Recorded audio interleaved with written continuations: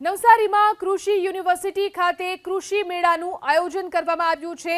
નવસારીની અંદર યોજાઈ રહ્યો છે કૃષિ મેળો। કેન્દ્રીય મંત્રી પાટીલના હસ્તે એગ્રો બેઝ ટેક્સટાઇલ પાર્કનું પણ ઉદ્ઘાટન।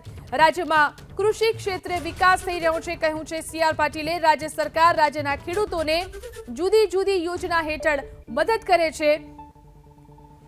અને આખા દેશમાં કોઈ પણ સાંસદ એના વિસ્તારમાં જે કંઈક નવો પ્રયોગ કરતા હશે એના કરતાં સૌથી વધુ પ્રયોગો એ આપણે સફળતાપૂર્વક આપણા સંસદીય મત વિસ્તારમાં તમારા બધાના સાથ અને સહકાર સાથે આપણે કરીએ છીએ। આખા નવસારીમાં પહેલું આદર્શ ગામ જિલ્લામાં આપણે ચીખલીને બનાવ્યું। ધુમ્રસ્તેર રહિત એટલે કે ધુમાડા રહિતનું ગામ આખો જિલ્લો એ આપણે નવસારી જિલ્લાને પહેલાં જાહેર કર્યો।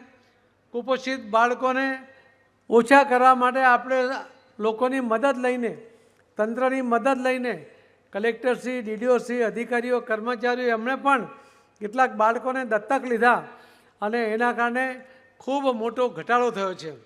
લગભગ 100 જેટલા જ બાળકો બચ્યા હતા, પરંતુ નવા નવા બાળકો એમાં ઉમેરાતા જાય છે, એના કારણે થોડો ફિગર વધ્યો છે, પરંતુ એને પણ દૂર કરવા માટેનો આપણે પ્રયત્ન કરી રહ્યા છીએ।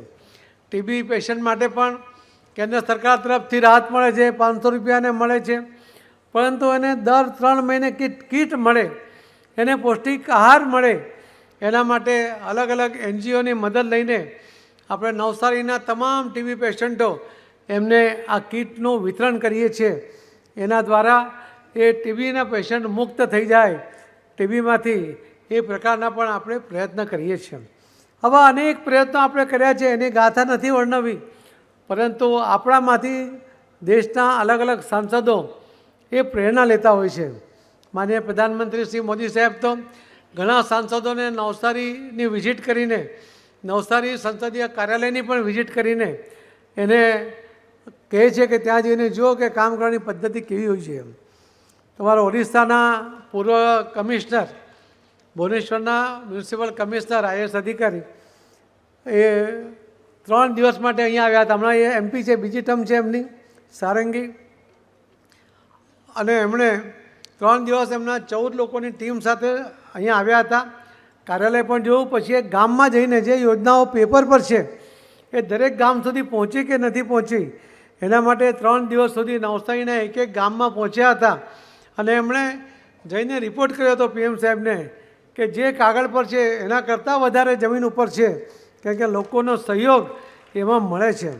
આપણે મોદી સાહેબે એકવાર અમને મિટિંગમાં કહ્યું કે હું આ ગુજરાતમાં જે ગંદકી અને રોડ તૂટવાના કારણે ખૂબ નારાજ છું, ત્યારે આપણે સાહેબને પ્રોમિસ કર્યું હતું કે અમે ગુજરાતમાં અને નવસારીમાં એને સ્વચ્છતા કરીશું અને સ્વચ્છ નવસારી જવાબદારી અમારી, એવા એક મંત્ર સાથે આપણે એક તે વખતના કલેક્ટર શ્રી યાદવ સાહેબ અને હમણાંના કલેક્ટર શિપ્રાજી અને ડીડીઓ શ્રી પુષ્પલતાજી એમણે આખું આયોજન કર્યું। લોકોનો સાથ મળ્યો, કેટલાય લોકો એમાં ખર્ચ માટે ફંડ પણ આપ્યું અને આપણે દરેક ગામના સરપંચોને સાથે જોડ્યા, આગેવાનોને જોડ્યા અને બધા જ ગામો આપણા સ્વચ્છ થયા। જે વર્ષોનો કચરો ગામોમાં પડ્યો હતો એને આપણે ઉઠાવીને બહાર નાખી શક્યા, નવો કચરો જનરેટ ન થાય એના માટેના સફળતાપૂર્વકના પ્રયત્ન કરી શક્યા। તો આ બધું જ આપણને વધુ સારું રહેવા માટે, વધુ સારી રીતે કામ કરવા માટેની તક આપતી હોય છે। આ જે ઉત્સાહ નવસારી સંસદીય મત વિસ્તારમાં જોવા મળે છે, આવો ક્યાંય આપણને જોવા મળતો નથી। એના માટે આપ સૌને અભિનંદન પણ આપું છું, આપ સૌનો આભાર પણ વ્યક્ત કરું છું। અને આજે જ્યારે આપણે કૃષિ યુનિવર્સિટીમાં ટેક્સટાઇલ મંત્રાલયની સાથેના કાર્યક્રમમાં ઉપસ્થિત થયા છે, ત્યારે મને અન્ય રોકાણ હોવાથી હું તો આપની વચ્ચેથી રજા લઈશ, પરંતુ કાર્યક્રમ ચાલુ રહેવાનો છે અને કાર્યક્રમની પ્રદર્શની અહીંયા જે લાગેલા સ્ટોલમાં તમારા ઉપયોગી અલગ અલગ વસ્તુઓ એનો પણ તમારે ઉપયોગ કરીને તમારા ખેતીના ઉત્પાદનમાં એનો ઉપયોગ થાય એ કરવું જોઈએ। મને હમણાં જ ખબર પડે, આમ તો ચીકુ માટે બહુ જલ્દી ચીકુ ખરાબ થઈ જાય અને એનું સૌથી વધુ માર્કેટ એ દિલ્હી છે, એટલે દિલ્હી સુધી પહોંચાડવા માટે ઘણીવાર જે ટ્રેનમાં મોકલતા તો 2-3 દિવસ થતા હતા। મને અમરસાડના ચીકુ મંડળીના આગેવાનો મળ્યા હતા લગભગ 5-7 વર્ષ પહેલાં, અને એમણે રજૂઆત કરી હતી કે અમને ટ્રેનમાં ચીકુ લઈ જવા માટેની વ્યવસ્થા કરો, એર કન્ડિશન જો બોગી હોય તો એની કરો, અને એમણે વર્ષો પહેલાં જે ભાડું હતું પહેલાં ચીકુ માટેની બોગીનું એ ભાડે અમને એટલે ઓછા ભાડામાં થાય એવો પ્રયત્ન કરો. આપણે એમાં ઓછા ભાડામાં એમને એસી બોગી સાથે આ ચીકુ લઈ જવા માટેની વ્યવસ્થા કરી. એના કારણે અમને માર્કેટ મળી જાય છે કે ચીકુ સૌથી જલ્દી બગડી જાય છે અને એટલા માટે એને માર્કેટ પહોંચાડવું બહુ અત્યંત જરૂરી હોય છે. આપણા અહીંયાના પ્રોડક્ટ હોવા છતાં આપણે એનો ઉપયોગ ઓછો કરીએ છીએ. દિલ્હી અને ઉત્તર પૂર્વમાં એનું વેચાણ ખૂબ વધારે છે.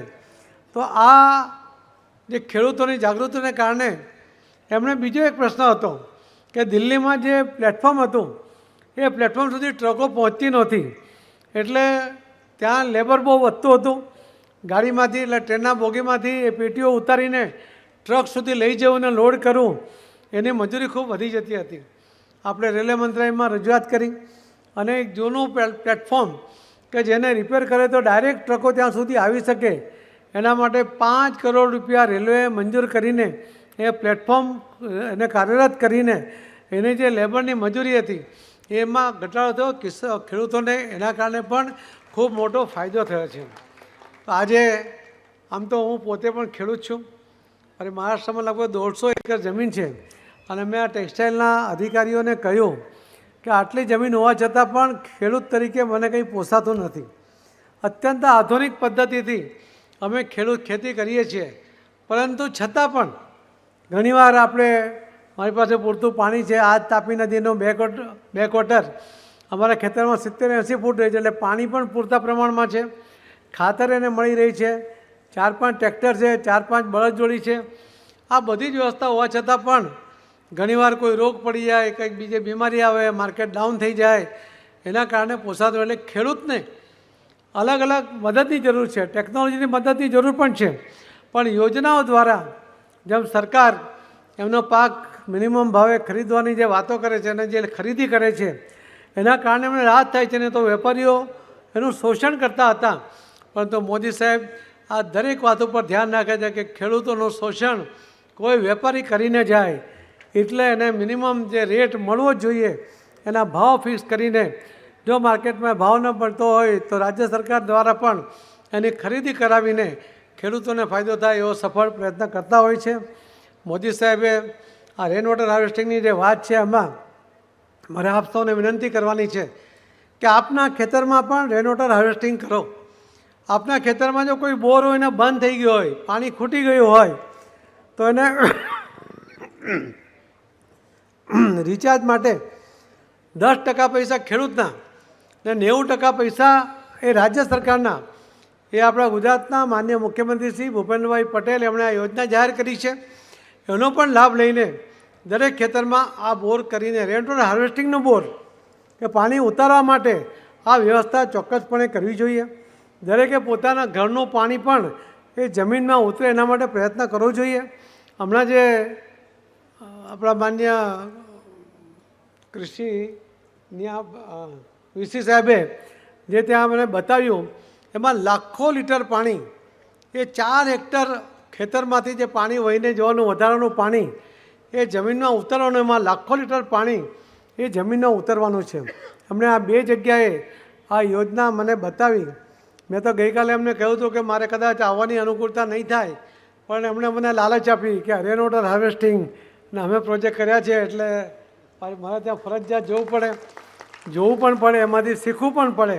આપણે 10 જેટલી ડિઝાઇનો અલગ અલગ બનાવી છે અને એના દ્વારા અને લોકોના સાથ સહકારથી જે મોદી સાહેબ કહે છે કે જળ સંચય જન ભાગીદારી સાથે જન આંદોલનમાં પરિવર્તિત થવું જોઈએ. અને એટલા જ માટે મોદી સાહેબે જે આ યોજના જાહેર કરી એમાં જે સુરતમાં રાજસ્થાનના વેપારીઓ રહે છે એમને એક મંત્ર આપ્યો હતો કે કર્મભૂમિથી જન્મભૂમિ સુધી.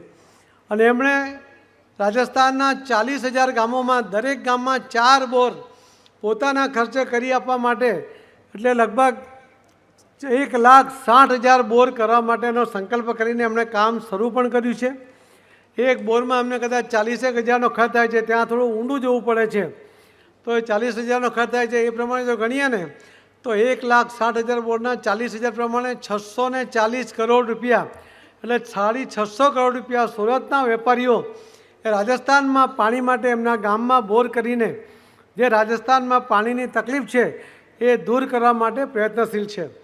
માન્ય અટલ બિહારી વાજપેયીજી જ્યારે પ્રધાનમંત્રી હતા ત્યારે એમણે રિવર લિંકિંગની વાત કરી કે નદીઓને જોડો, પણ આ નદીઓને જોડવાના પ્રકલ્પને ત્યાર પછી કોંગ્રેસની સરકાર આવી 10 વર્ષ સુધી એમાં કંઈ કામ થયું નહીં, પરંતુ મોદી સાહેબ આવ્યા પછી એમાં કામ શરૂ થયું છે. હમણાં 17મી ડિસેમ્બરે માનનીય પ્રધાનમંત્રી મોદી સાહેબના હસ્તે રાજસ્થાનની અંદર મધ્યપ્રદેશ અને રાજસ્થાનની 11 નદીઓ અને 11 નદીઓને જોડવા માટેનો ત્યાં MOA થયો અને એ MOAમાં એનું કામ હવે શરૂ થશે. લગભગ 70,000 કરોડ રૂપિયાની આ યોજના છે.